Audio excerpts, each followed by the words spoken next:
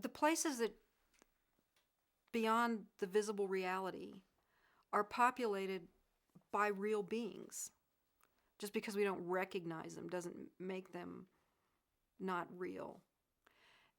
If you have a dream, when you wake up, you know that it was a dream, that it wasn't real. No matter how real it seemed while you were having it, when you wake up, you know that it was something that was happening in your mind that was processing something that had happened during the day or some kind of long-standing fear. You know that it wasn't real. When you come back from DMT, when you know that the drug is no longer in your body, you don't have the feeling that what happened to you wasn't real. You know it was real. You were there. It was absolutely as real as anything that is in the material existence in everyday life. It just doesn't happen on this plane or in this reality. I don't know enough about the geography of the landscape of these other realities. I mean, I know that I went through different levels. I know that each level was deeper than the last level when I was on the tolerance study, that I went out a little further each time until I was far, far out in deep space.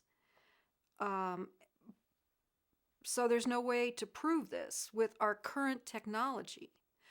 But that's like people back in the 1500s saying that it's heresy to say that there are these little bugs that we can't see that make people sick.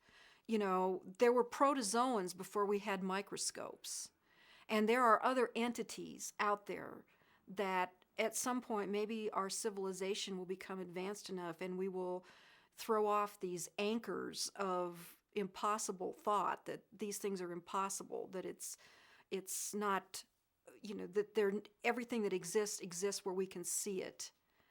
Maybe civilization will become advanced enough that there is a way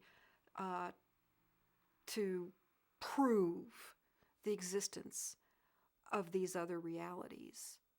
But they are real. There isn't a doubt in my mind that this isn't real. The places that people go, the different people in the study, is just as individual as if you know, somebody decides to take a trip to England or they decide to take a trip to Canada. It just happens to be, it's almost like being in a giant airport and getting on an airplane, except you don't know where you're going to go. It just depends. And I think that the entities on the other side have something to do with that too, who they want to see. These entities were very clear that they knew me, that they had knowledge of me before I was out there, and they were glad to see me. So somehow maybe that's how it's controlled, is that the entities decide where you go.